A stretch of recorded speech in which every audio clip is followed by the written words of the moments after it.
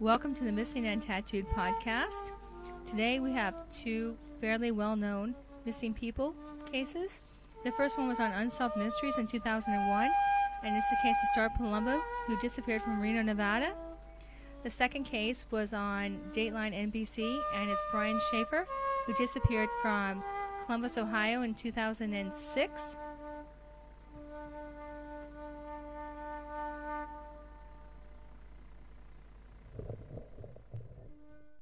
Star Michelle Palumbo. Star was 25 years old when she disappeared April 26, 2000 from Reno, Nevada. Star had lived in Tucson, Arizona with her family until 1999. In 1999, she moved to Reno to live with her grandmother. In 2000, she started working for a pawn shop. Unfortunately, Star also became addicted to methamphetamines, and in the weeks leading up to her disappearance, Star developed a drug habit that cost more than she could make at her job. The authorities believe she turned to prostitution in early 2000 to help her pay for her drug habit. While in Reno, Star continued to call her mother on a weekly basis and was always in good spirits except for the day that she vanished.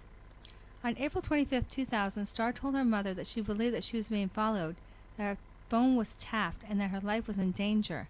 She was planning to escape this and return to Tucson, but she never returned, and her mother never heard from her again.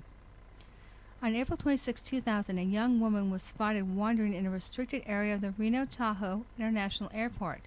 An airport police officer found a disorientated woman cowering near a truck who identified herself as Star Palumbo and said she was trying to find her sister, who was running around on the tarmac. The officer didn't believe her story and thought she was hallucinating. He dropped her off at the entrance to the Reno Hilton Hotel and Casino at approximately 1:30 a.m. Star was last seen near the entrance of the building by the valet parking area. She never checked into the hotel and hasn't been seen since. The next day, her illegally parked car was found abandoned at the airport. The majority of her personal items were found inside the car, including her cell phone and a purse which had $600 in cash. Star had left behind other items that caused great concern, including copies of 3 emails sent to the White House which indicated that Star thought that the government was trying to kill her. Also, a morbid drawing of a woman who looked like Star being bound and gagged was found, and finally, there were 2 books about how to change your identity. There are 2 theories about what has happened to Star. First, that Star is suffering from some organic-based or drug-induced psychosis and doesn't know who or where she is. The second theory is that she's met with foul play. Following her disappearance, Star's parents went around Reno in order to find her and placed flyers all around the city.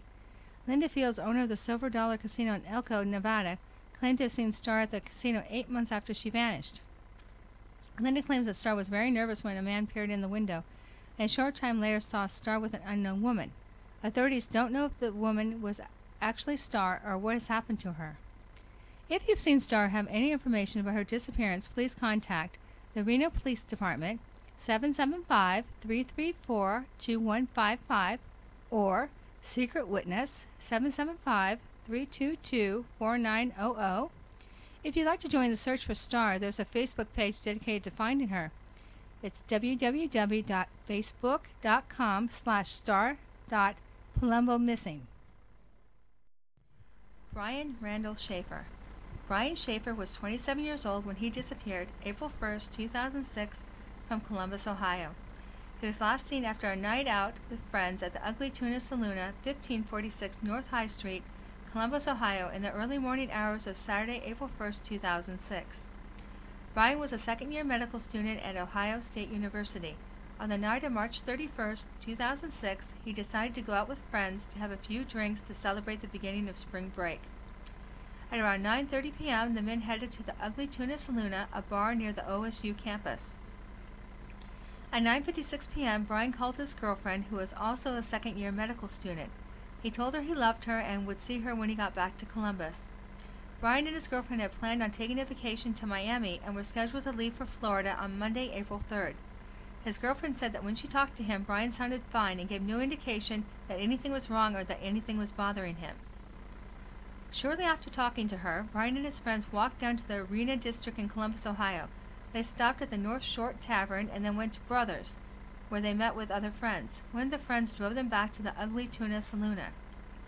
The Charlie Project, a missing person website, says he drank several shots of hard liquor but doesn't clarify if those drinks were at the start of the night, at the end of the night, or all throughout the night. There's a video of Brian coming up an escalator, and he's leaning onto the handrail, so I'd say he was fairly drunk by this time.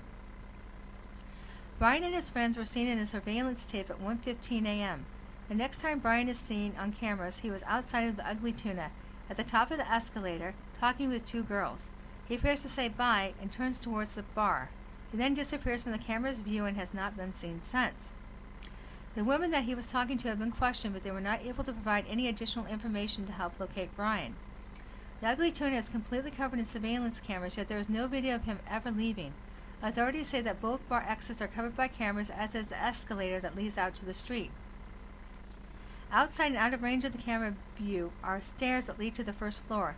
Once on the first floor, the only way not to be seen on tape is to use a service exit door that leads out and onto a construction site. The police said that way would be hard enough to navigate if you were sober, and they saw no reason why he would want to take that way out. Minutes after Brian was last seen on the video, his friends decided it was time to leave. It was 2 a.m. and the bar was closing, but Brian was nowhere to be seen. His friends told the police that they called Brian's cell and got no answer, and then they went and checked the bathrooms, but he wasn't there, so they left without him. Saturday passed without a word from Brian. On Sunday morning, his girlfriend was growing more and more concerned. She hadn't talked to Brian since that Friday night. They were due to leave for Florida the next morning, and he still wasn't answering his cell. Brian was reported missing by his family when he missed his flight on Monday. His car was found parked outside his apartment, which is near the Ugly Tuna Saloon. None of his personal items disappeared with him, and his cell phone, credit cards, and bank account have not been used since he went missing. His family and friends say his disappearance was highly unusual. He was a second-year medical student at OSU and was making excellent grades. Brian was in love with his girlfriend and wanted to marry her. Brian's mom died 3 weeks before his disappearance. He was close to her and was grieving her passing, but his family and friends don't feel like he was inordinately depressed or suicidal.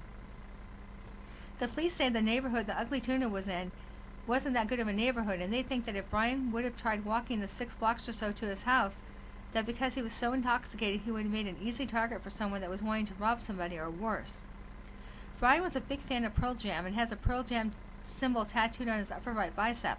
Pearl Jam fans have offered tremendous support, holding many fundraisers to raise money for their search for Brian. Years later, there are still no answers.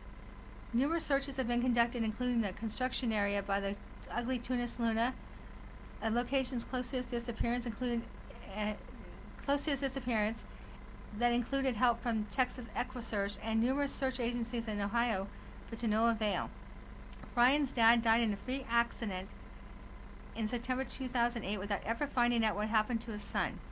At the time of his disappearance, Brian was 27 years old. He was 6 foot 2 inches tall.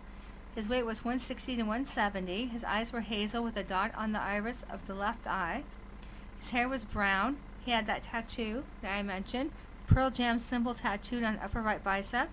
His clothing was an olive green short sleeve shirt with long sleeve white shirt underneath it, blue jeans, Adidas tennis shoes, and a yellow cancer awareness bracelet.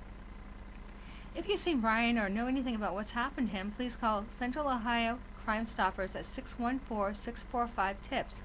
There's also a website that's dedicated to finding Brian, www.findbrianshaffer.com. If you like this podcast, you might consider liking us on Facebook. It's www.facebook.com/missingandtattooed. We also have a YouTube channel. It's www.youtube.com/user/missingandtattooed. Thank you so much for listening.